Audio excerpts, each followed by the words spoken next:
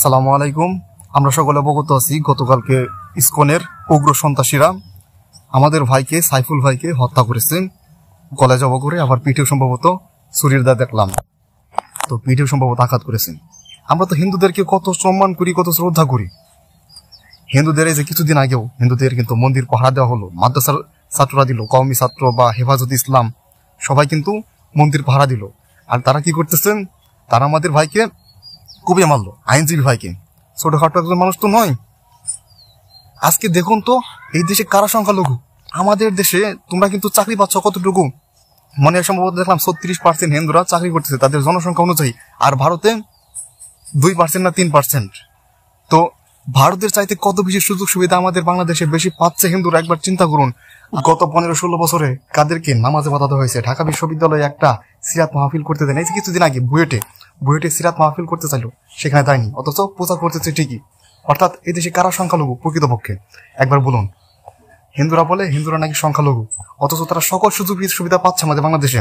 আর ভারতে তারা নালিশ করতেছে যে আমাদেরকে মারতেছে, কাটতেছে। অথচ এরা দেখুন আপনাদের এলাকায় কত উঁচু গলায় কথা বলে।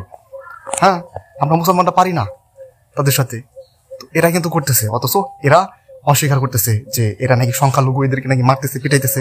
কোথায় পিটাইতেছে আপনাদের সেটা বলুন তো দেখি। আর আমাদের মুসলমানদেরকে মসজিদের ভিতর, বাংলাদেশের জাতীয় মসজিদ বাইতুল মুকাররমের ভিতরে ঢুকে মুসলমানদেরকে পিটিয়েছে না, দেখেছেন না আপনারা? মুসলমানদেরকে পিটিয়েছে। তারপর দেখুন ঢাকা বিশ্ববিদ্যালয়ে যেসব ঘটনা ঘটেছে, বা সারা বাংলাদেশেই ওয়াজ মাহফিল করতে দেয় না শীতের মধ্যে এই শেখ হাসিনার আমলে। তো আপনাদের কোনো পূজায় বাধা দিয়েছে শেখ হাসিনা? আপনাদের কাউকে মেরেছে? মারে নাই, আপনাদেরকে যথেষ্ট নিরাপত্তা দিয়েছে। আর তারা আমাদেরকে বলতেছে যে তারা নাকি সংখ্যালঘু, তাদেরকে নাকি কোনো অধিকার দেওয়া হয় না। এটা ঠিক কতটুকু মিথ্যাচার, একদম কতটুকু মিথ্যাচার। একটা দেশকে এগিয়ে নিতে হলে সকল সম্প্রদায়কে এগিয়ে মিলেমিশে থাকতে হবে, এটা সত্য কথা। কিন্তু একটা সম্প্রদায় শুধু আপনাদেরকে নমনীয়তা দেখাবে, আর সেই নমনীয়তার সুযোগ নিয়ে আপনারা মানে এরকম ভাবে হত্যা করবেন, উগ্রতাবাদী দেখাবেন। মানে মুসলমানরা যদি মাঠে নামে, আমাদের বাংলাদেশে তো প্রায় বর্তমানে 20 কোটির মতো মানুষ, তার মধ্যে হয়তো বা 2 কোটি হিন্দু, বৌদ্ধ, খ্রিস্টান এরকম আছে, আর 18 কোটি তো মুসলমান। আপনারা কি মনে করুন যে আপনারা 2 কোটি নেমে একদম সবকিছু একদম শেষ করে দিবেন, আর 18 কোটি মানুষ কি বসে থাকবে? থাকবে না। কিন্তু তারা প্রতিবাদ করতেছে। দেখুন এই যে গতকালকে আমি এটা দেখে খুব ভালো লাগলো, খুব খুশি লাগলো। বাংলাদেশের প্রত্যেকটা বিশ্ববিদ্যালয়, এমনকি কিছুদিন আগে যেই বিশ্ববিদ্যালয়গুলো বা কলেজগুলোর মধ্যে যে ঝগড়া হলো, তারা ডাক দিতেছে যে আসো আমরা ঐক্যবদ্ধ হই। ঢাকা কলেজ দেখলাম গতকালকে একটা পোস্ট এসেছে, তারা বলতেছে যে আসো আমরা ঐক্যবদ্ধ হই। অর্থাৎ দেশের ক্রান্তিকালে কিন্তু কোনো কলেজকে কিন্তু থেকে একা কিন্তু কোনো আন্দোলন করবে না। সব কলেজ, সব বিশ্ববিদ্যালয় একত্রিত হয়ে আমরা যে যাই বলি, সেটা হোক পাবলিক বিশ্ববিদ্যালয়, হোক প্রাইভেট বিশ্ববিদ্যালয়, হোক জাতীয় বিশ্ববিদ্যালয়। বাংলাদেশের গণমাধ্যম নিয়ে একটু কথা বলি। বাংলাদেশের গণমাধ্যম বর্তমানে প্রায় সকল গণমাধ্যমই এখনো সেই ভারতের রয়ের মানে এজেন্টই রয়ে গেছে, ঠিক আছে? বাংলাদেশের সংবাদ মাধ্যমে তো ভারতের একটা আধিপত্য আছে, মানে ভারত যা বলবে তাই শুনতে হবে, ভারত যা বলবে তাই করতে হবে।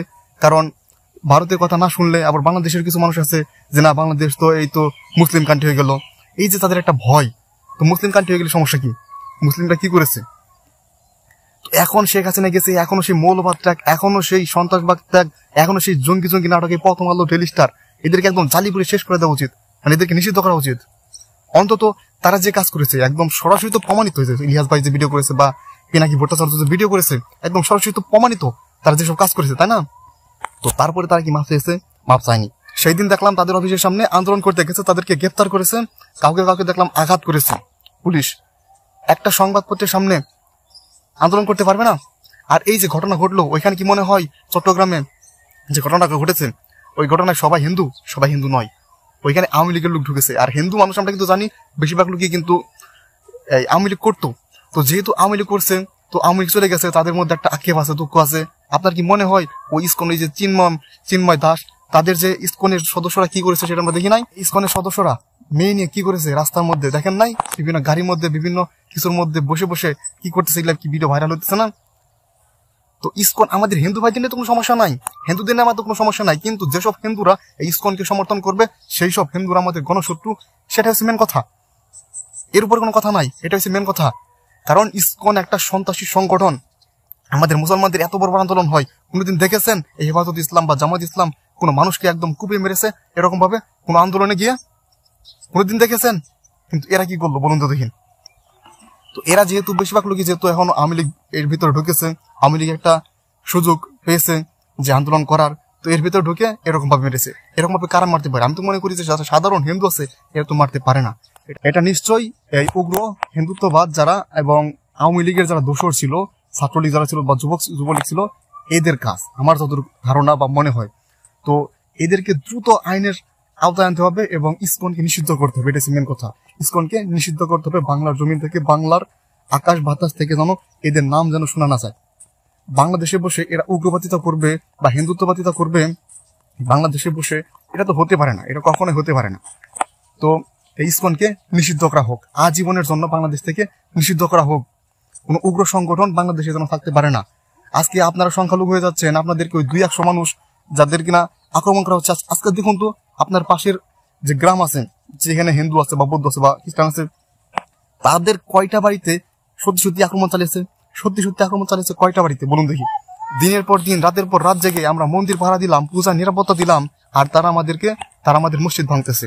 চিন্তা করুন, এই হচ্ছে তাদের অবস্থা এবং এই তাদের অভ্যাস, এই তাদের আসল চরিত্র। ঠিক আছে, এটা তাদের আসল চরিত্র, এরা এরকমই। ঠিক আছে, আপনারা যারা ভালো মনে করুন না, যে একদম মনে করেন যে মিলেমিশে চলবো, করবো, এদের সাথে মিলেমিশে চলা যায় না। যারা এই উগ্র হিন্দুত্ববাদী করে, তাদের সাথে মিলেমিশে চলা যায় না।